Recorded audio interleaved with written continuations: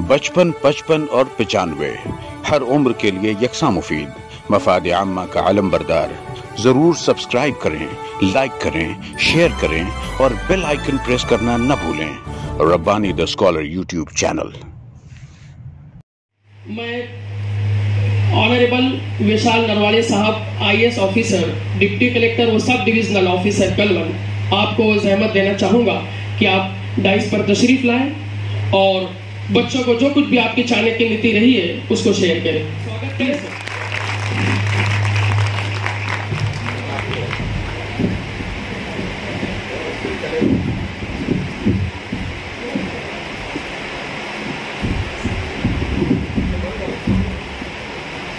Good afternoon. क्या मेरी आवाज आ रही है? क्या मेरी आवाज आ रही है?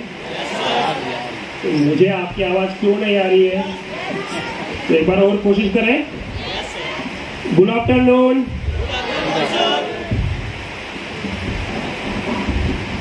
मेरा नाम है विशाल नरवाड़े और मैं महाराष्ट्र के बुलढाना जिले से हूँ।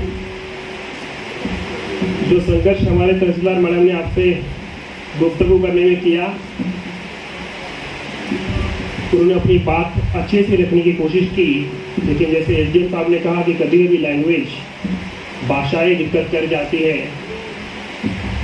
तो मैं बस अपनी जर्नी आपके सामने रखने की कोशिश करूंगा और कोशिश ये भी होगी कि उससे मैं क्या सीखा कि जो सीखने में मुझे इतने साल लगे और आप उसमें से अगर कुछ लर्निंग ले सके ताकि आपका समय बचेगा। आप सभी ग्रेजुएशन के बच्चे हैं? ग्रेजुएशन के बच्चे हैं? सही है। जब तक आपकी आवाज चलती रहेगी मेरी बातें चलती रहेगी। जब आप खामोश होंगे तब मैं भी खामोश होऊंगा।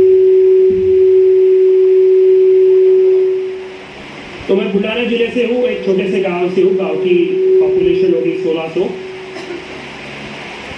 मैं अपनी जर्नी इसलिए बता रहा हूँ कि हर किसी की अपनी एक एजुकेशन की जर्नी होती है और कोई भी IAS अधिकारी, कोई डिप्टी कलेक्टर, कोई तहसीलदार, कोई IPS अधिकारी किसी एक रात में, किसी एक महीने में, एक साल में नहीं बनता।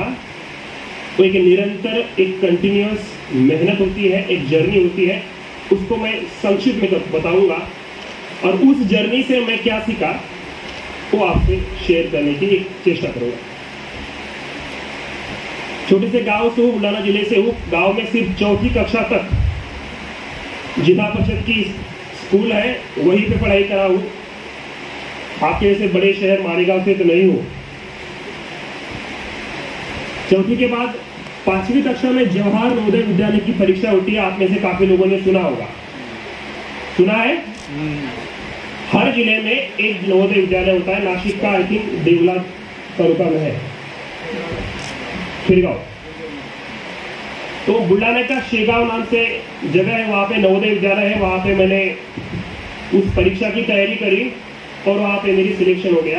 हर पूरे जिले में से 80 जगह होती है। वो मेरी जिंदगी की पहली कॉम्पिटिटिव एग्जाम थी जिले के स्तर पे। 6वीं से आगे पढ़ाई वहां पे हुई। मैं एक एवरेज बच्चा था, एवरेज स्टूडेंट था। 80 के आसपास परसेंटेज आते थे उस समय के 80। आजकल तो 98, 99, 100 में बात चल रही है। तो 70-80 के परसेंट लगता था। पर 10th क्लास में क्या हुआ कि जब किसी को उम्मीद नहीं थी, ना घर वालों को उम्मीद थी, ना टीचर को उम्मीद थी, ना दोस्तों को उम्मीद थी, इतनी पढ़ाई करी कि 91.73 परसेंटेज आके मैं अमरावती बोर्ड में से मेरिट था। वो तालियों के लिए नहीं बताया, वो बताया इसलिए कि वो पहला टर्निंग पॉइंट था जब लगा कि बच्चा कुछ कर सकता है। इसलिए आपके पढ़ाई के जर्नी में ये भी जरूरी है कि आपके आजू बाजू में जो लोग हैं, आपके घर वाले, आपके टीचर्स, उनमें विश्वास तैयार करना कि नहीं मैं कुछ कर सकता हूं, मैं कुछ कर सकती हूँ, ताकि वो आपका, उनका समय, उनकी फाइनेंशियल इन्वेस्टमेंट जो भी है वो आप पे वो लगाए। 11वीं 12वीं मैंने लातूर से करी, राजेश शाहू महाविद्यालय लातूर, लातूर पैटर्न काफी लोगों ने सुना होगा। अब उसके काफी पर्याय अल्टरनेटिव व्यवस्था तैयार हुई है, अलग अलग शहर में तैयारी होती है। वो समय था जब लातूर टॉप पे था। अब 12वीं के बाद ग्रेजुएशन आप जैसे कर रहे हैं वैसे हमने ग्रेजुएशन किया, क्योंकि कोई भी अगर कॉम्पिटिटिव एग्जाम देनी है, जैसे यजूल सर ने कहा कि स्पर्धा परीक्षा करने के लिए पहले ग्रेजुएशन करने के बाद आप एलिजिबल होते हो। किसी भी क्षेत्र में आप ग्रेजुएशन कर सकते हैं, किसी भी, वो इंजीनियरिंग हो, वो मेडिकल हो, बीकॉम हो, बीएससी हो, जो भी आप कर रहे हो उसमें आप ग्रेजुएशन कर सकते हैं। उसके बाद आप एलिजिबल होते हैं स्पर्धा परीक्षा के लिए। अब मेरी इंजीनियरिंग मैंने करी BTech electronics and communication engineering from IIIT Jabalpur Madhya Pradesh. अब मुझे याद है कि मेरा ग्रेजुएशन तक पूरा होने तक मुझे नहीं पता था कि कुछ IAS, UPSC, MPSC कुछ होता है, क्योंकि जहाँ से मैं महाराष्ट्र से आता हूँ वहाँ पे दूर दूर तक कोई इसका एनवायरमेंट नहीं था। 1997 में, आज से लगभग 25 साल पहले, कोई IAS अधिकारी बने थे। उनका नाम था, जो आज एग्रीकल्चर सेक्रेटरी है महाराष्ट्र के, श्री एकनाथराव डोले साहब, जो नासिक में आयुक्त भी रह चुके हैं। तो उनके बाद उस एरिया से कोई बना नहीं था, तो जानकारी नहीं थी। तो जब ग्रेजुएशन में मेरा प्राइवेट सेक्टर में नौकरी लगी तो वो छोड़ के कुछ और पढ़ाई करनी है, इसलिए हमने जानकारी लेने की कोशिश की। परंतु सबने कहा कि कलेक्टर, एसपी बनना अपने बस की बात नहीं है, इसमें मत पढ़ो। प्राइवेट नौकरी मिली है 4-5-6 लाख की, उसकी अच्छे से करो, और वो नौकरी करते करते बाकी फिर तैयारी कर सकते हो। और ज्यादा से करनी भी है तो PSI, STI, पुलिस भर्ती, यही होता है जो सबसे हम गांव पे देखते हैं। इसके बावजूद हमने डिसाइड किया कि नहीं, अगर करना है, अगर एक नौकरी छोड़े तो फिर कुछ बड़ा करते हैं। उसमें कॉम्पिटिटिव एग्जाम की तैयारी करने का सोचा, और 2 ऑप्शन थे कि MPSC, UPSC। तो पहली बात मैं यही जानना चाह रहा हूँ, यही बताना चाह रहा हूँ कि मुझे लाइफ में काफी लेट पता चला कि UPSC, MPSC क्या होता है, उसकी तैयारी कैसे करनी होती है। आज आप सभी को इस माध्यम से, जो एसडीएम साहब ने ये आयोजित किया है, इस माध्यम से आपको ये इंफॉर्मेशन मिल रही कि कब कौन चीज करनी है, अब कैसे करनी है। और एक ही स्टेज पे आपको IPS अधिकारी भी है, IAS अधिकारी भी है, MPSC करने के लिए SDM भी है, तहसीलदार भी है, सब कुछ है। मुझे याद है कि जब मैंने जानकारी ले गया तो सबसे उच्चतम अधिकारी जो मुझे मिले थे, जिन तक मैं पहुंच पाया था, वो थे RTO, राइट। तो कहने का मतलब कि इस प्लेटफॉर्म को आप ग्रांटेड मत लीजिएगा, इसकी गंभीरता को समझने की कोशिश करिएगा कि ये बहुत इंपॉर्टेंट अपॉर्चुनिटी आप सभी के लिए है। अब इस स्पर्धा परीक्षा के 3 सीरीज होती है, पूर्व परीक्षा, मुख्य परीक्षा और इंटरव्यू, मतलब प्रीलिम्स, मेंस और इंटरव्यू। पता है आप लोगों को? आजकल सोशल मीडिया ने काफी लाइफ आसान कर दी है, घर बैठे बैठे आप यूट्यूब चलाओ, आपको समझ में आता है। अच्छा, किसी भी स्टेट में अगर आप क्वालिफाई नहीं होते हैं तो अगले साल दोबारा आपको स्टार्ट फ्रॉम 0 करना होता है। सही बात है। तो प्रीलिम में बैठते हैं कुछ लाखों स्टूडेंट्स ऑल ओवर इंडिया, मैं यूपीएससी की बात कर रहा हूं अभी। तो उसमें से 15,000 क्वालिफाई होते हैं मेंस के लिए, मुख्य परीक्षा। तो पहली स्टेज जो प्रीलिम है वो ऑब्जेक्टिव होती है, इसमें सर्कल करने होते हैं। दूसरी स्टेज है मेंस, जो डिस्क्रिप्टिव होती है, लिखना होता है। 9 पेपर होते हैं, हफ्ता भर चलती है। और तीसरी स्टेज, इस 15,000 में से 2,500 ये इंटरव्यू देंगे। वो इंटरव्यू दिल्ली में होता है, एक ऑन एवरेज आधा घंटा चलता है। इस 2,500 इंटरव्यू देंगे, उसमें से फाइनल सिलेक्शन होगा 1,000 का, 700-800 जो भी वैकेंसी होगी उस हिसाब से। फिर उसमें से IAS, foreign service, IPS, railway, postal, सभी अलग अलग प्रकार की नौकरियां होती है। ये प्रोसेस समझ में आ गई। अब फिर मेरे साथ क्या हुआ बताता हूं। तो 2013 में पहली बार मैं दिल्ली पहुंचा, पता कुछ नहीं था, सबने डर बनाया था कि इस एग्जाम में पास होने के लिए काफी साल लगते हैं, 28-29 एवरेज इसका एज है सिलेक्शन का। मैं 21 साल का था जब दिल्ली पहुंचा, पहला अटेम्प्ट दिया, मेहनत करी, डर में ही मेहनत की। प्रीलिम पास, मुख्य परीक्षा पास, इंटरव्यू दिया, फाइनल लिस्ट में नाम लिया। ठीक है, देखा कि क्या रह गया, क्या गलती हुई, उसमें इंप्रूवमेंट करी। दूसरा अटेम्प्ट 2014 की परीक्षा, फिर से प्रीलिम दी, फिर से मेंस दी, फिर से इंटरव्यू दिया, फाइनल लिस्ट में इस बार भी नाम लिया है। तो जिन लोगों ने कहा था कि नहीं जाना चाहिए था, अपनी बस की बात नहीं है, उनका कहना फिर से शुरू होगा, हमने कहा था।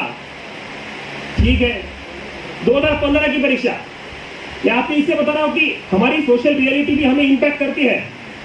तीसरा अटेम्प्ट 2015 की परीक्षा, prelim pass, mains pass, interview दिया, 10 मई 2016 को रिजल्ट आया। तीसरा अटेम्प्ट था, उसमें नाम आया, सिलेक्शन आया रिजल्ट का कि विशाल नरवाड़े इंडियन पुलिस सर्विस। अब 10 मई 2016, आज से लगभग 7 साल पहले मुझे आईपीएस की नौकरी मिल गई। उस टाइम मुझे केडर मिला पश्चिम बंगाल। पश्चिम बंगाल ममता बनर्जी जानते हैं आप सभी? आप आसानी समझना इसे कहा मैंने। तो सब खुश थे, सब बढ़िया हुआ। मेरे छोटा सा गांव है, हर गांव में हर घर के सामने रंगोली निकाली गई, सबने बहुत अच्छे से मेरा सेलिब्रेशन किया, अच्छा लगा। मुझे याद है वो दिन आज भी।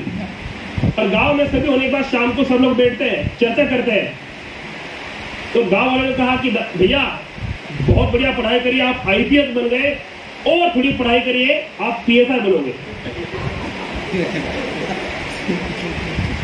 अब मैं चौंक गया, क्योंकि उन्होंने सबसे बड़ा अधिकारी जो देखा है वो देखा है थानेदार, और सबसे बड़ा अधिकारी तलाठी या फिर ग्राम सेवक, बस। फिर मैं उनको दिक्कत आई, उनको समझाऊं कैसे कि मैं क्या बना हूं। तो मैंने सोचा, तो मैंने पूछा कि क्या आप आईपीएस कृष्ण प्रकाश साहब को जानते हैं? वो बुल्ढाना के एसपी रह चुके थे, तो सांगली के एसपी थे, नासिक में भी थे शायद कुछ साल, मालेगांव में भी थे। तो बड़ी अच्छी बात है, आप समझ सकते हो। तो वो बहुत पॉपुलर तरीके से काम करते थे, लोगों में पहुंचते थे, रहते थे। तो मैंने लोगों को पूछा कि हाँ कृष्ण प्रकाश पता है? तो मैंने बोला मैं वही बना हूँ। उनको लगा कि ऐसे ही बता है। फिर मैंने बोला ठीक है, किरण बेदी पता है जो किताबों में पढ़ी है? बोले हाँ। तो मैं वो बना, बोले कुछ भी नहीं। फिर भी विश्वास नहीं हुआ। फिर ठीक है, मैंने बोला मेरी गलती है, क्योंकि उनकी गलती नहीं, उनके कभी देखा नहीं है। वापस आया, नेशनल पुलिस एकेडमी, यहाँ पे आईपीएस की ट्रेनिंग होती है, वहां ज्वाइन किया। तब तक मुझे पता चला कि मुझे केडर मिला है पश्चिम Bengal.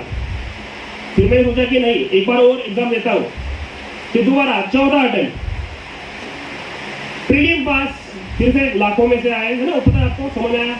Prelim pass, mains pass, interview दिया, फाइनल लिस्ट में इस बार भी नाम नहीं आया। फिर मैं नेशनल पुलिस एकेडमी गया, ट्रेनिंग ज्वाइन करी, ट्रेनिंग करते करते गया। ट्रेनिंग में जाने से पहले एक समय होता है, उसमें आप अटेम्प्ट दे सकते हैं। ये ट्रेनिंग जनवरी दिसंबर में स्टार्ट होती है। 5वां अटेम्प्ट दिया एकेडमी जस्ट जाने से पहले, prelim pass, mains pass, interview दिया, फाइनल लिस्ट में नाम आया, Vishal Narwade Indian revenue service income tax IRS मिली। अब मैंने बोला कि मुझे तो लोगों में रहना है, ज्यादा मुझे वो पसंद है, क्योंकि मैं गांव से हूँ। क्योंकि जो प्राइवेट नौकरी छोड़ी थी उसी की थी कि लोगों में रह के काम कर सकूं।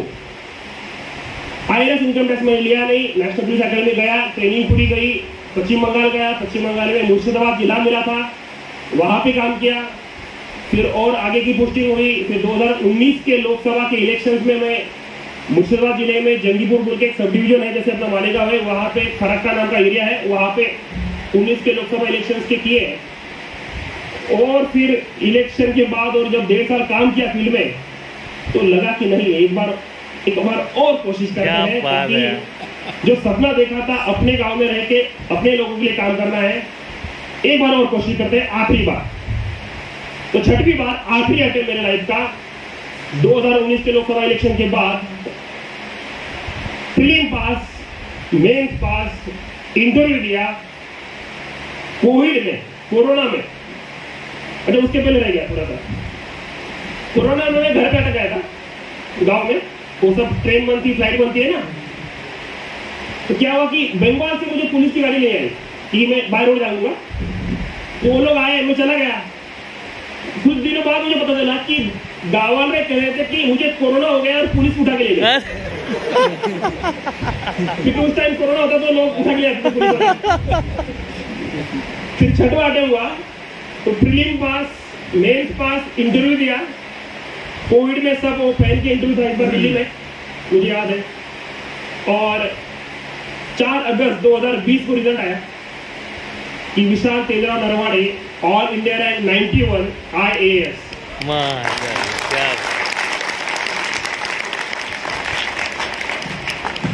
क्या कहानी। अभी जो मैंने बताया, मैं अपनी तारीफ के लिए नहीं, मैं तो काफी बार बता चुका हूं। उसका तात्पर्य है कि किसी को, हर किसी की लाइफ अलग अलग होती है, आपकी भी अलग होगी। मैं चर्चा कर रहा था, बात कर रहा था एजेंट साहब से कि मालेगांव में कभी कोई बना नहीं है, ज्यादा अधिकारी नहीं बने होंगे। वैसे मेरी कहानी भी, जब जिस गांव से मैं यहाँ से आया हूं, तो हमारी हर किसी की जर्नी अलग होती है। इसीलिए लाइफ में कभी भी गिव अप नहीं करना है, बड़े सपने देखने हैं। तो जो पंक्तियां मुझे मोटिवेट करी इतने 6 साल अगर मैं कैसे टिका हूं, वो पंक्तियां है हरिवंश राय बच्चन इनकी, जो मैं बहुत कम टाइम में आपके सामने रखूंगा, क्योंकि वो पंक्तियां सिर्फ मेरे लिए पंक्तियां नहीं है, वो मैंने महसूस की है रियलिटी में। और पंक्तियां बहुत सिंपल है, जो आप सभी को पता है कि कोशिश करने वालों की कभी क्या। तो कहता हूं आप भी दोहराइए, मुझे अच्छा लगेगा।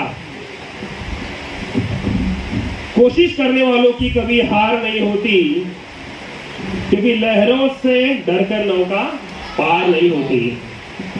नन्ही चिटी जब दाना लेकर चलती है, चढ़ती दीवारों पर 100 बार फिसलती है। मन का विश्वास रंगों में साहस बढ़ता है, चढ़कर गिरना और गिरकर चढ़ना न थरता है, क्योंकि आखिर उसकी मेहनत बेकार नहीं होती और कोशिश करने वालों की।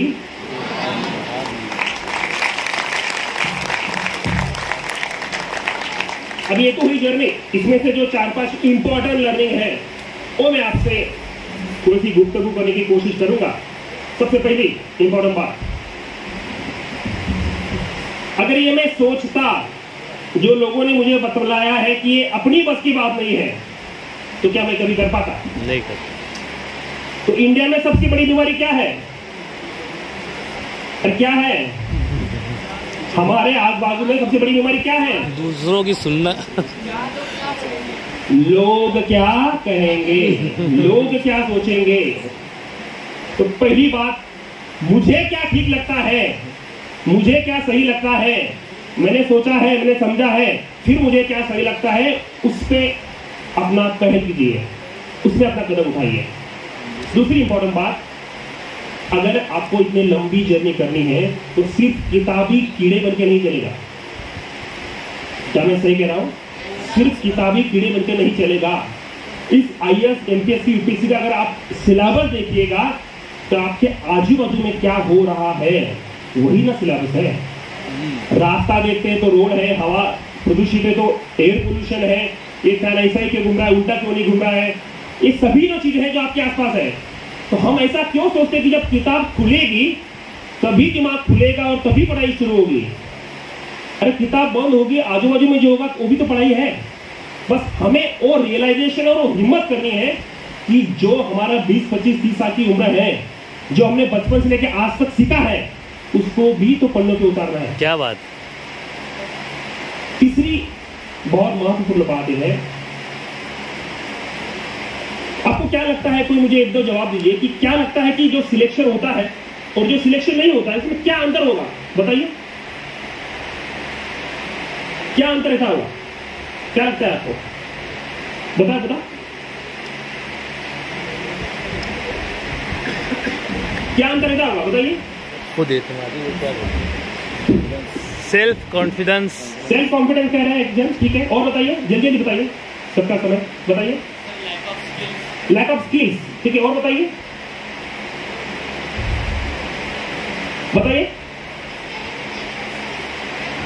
स्टडी मटेरियल सही से प्रोवाइड नहीं किया जाता है, बड़ी अच्छी बात है। और बताइए, ये बताइए। गाइडेंस, ठीक है, सही, सभी मुद्दे सही है, एकदम सही है। तो सभी ने बात करी है सिर्फ एकेडमिक्स की। अगर इतना आसान होता कि ज्यादा पढ़ाई करने से IAS बन रहे हो, IPS बन रहे हो, और पढ़ाई नहीं करने से नहीं बन रहे हो, इतना अगर ये सिंपल इक्वेशन होता तो सभी को समझ में आता और सभी बन पाते या नहीं बन पाते। यही तो गुफ्तगू है अलग से कि नहीं, इतना सिंपल इक्वेशन नहीं है। नॉन एकेडमिक चीजें उतनी ही इंपॉर्टेंट है जितनी कि एकेडमिक। अब नॉन एकेडमिक मतलब क्या? जिंदगी जीने की आदत है।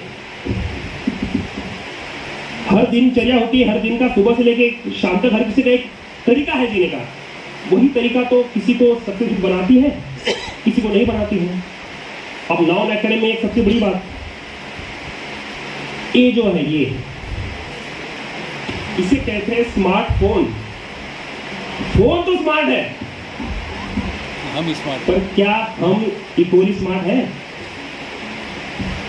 इस बात पे गौर कीजिएगा कि ये तो स्मार्ट है, पर मैं इसे कहता हूं, मतलब मोबाइल फोन, इसके अंदर जो छुपे छुपे जो व्हाट्सएप, फेसबुक, क्या होता है, इंस्टाग्राम, और क्या होता है, ट्विटर, स्नैपचैट, मैं उसको कहता हूं साइलेंट किलर।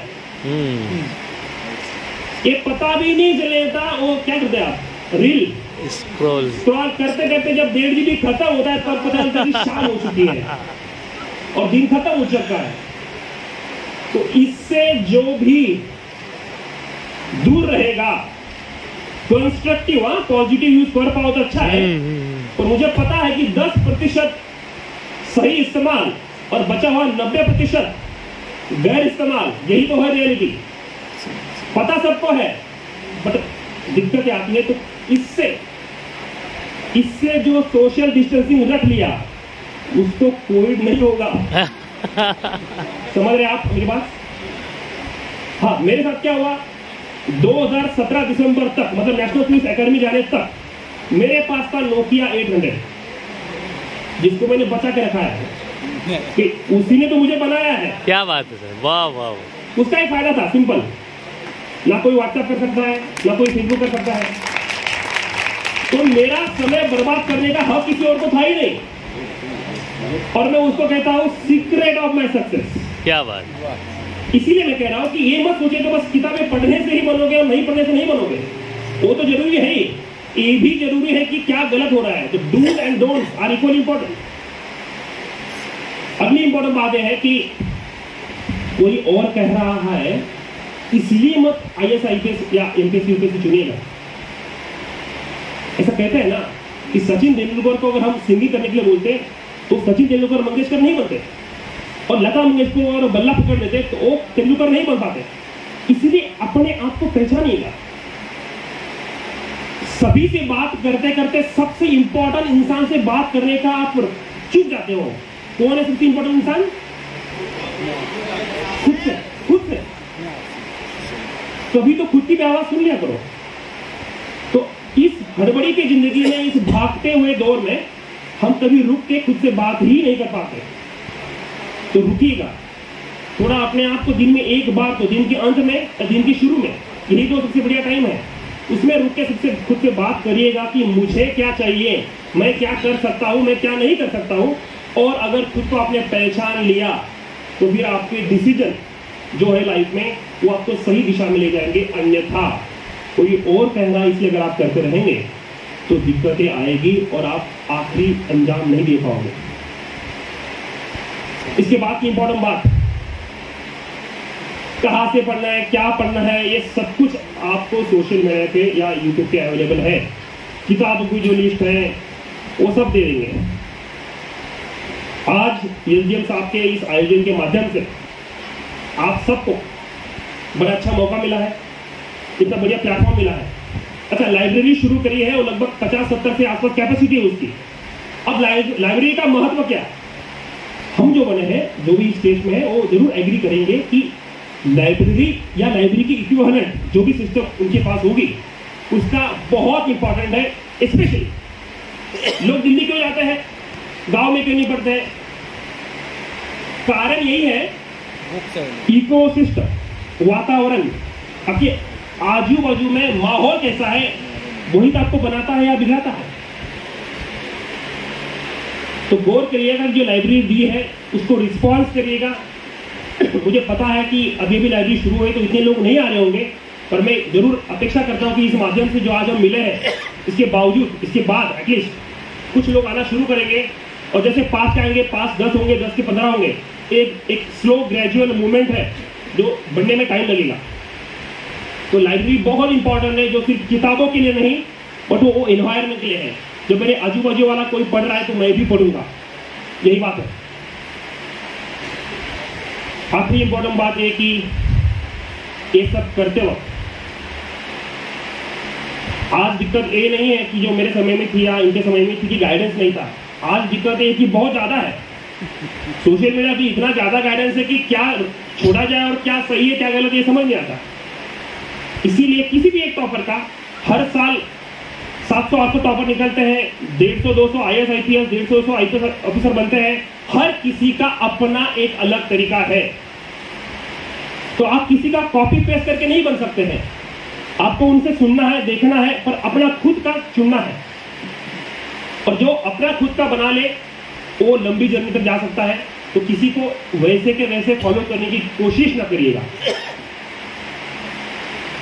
अब मालेगांव में मैंने सुना कि आज तक कोई अधिकारी बना नहीं है, बने हैं? जी हाँ, तो वो अगर बने हैं तो हम भी बन सकते हैं। मेरे दोस्त जो है शेख अंसार, अपना नाम सुना है? जी। वो मेरे दोस्त है, मेरे मित्र है, उसी बैच में हम लोग साथ में बने थे। वो IAS बन के बंगाल पहुंचे, मैं IPS बन के बंगाल पहुंचा।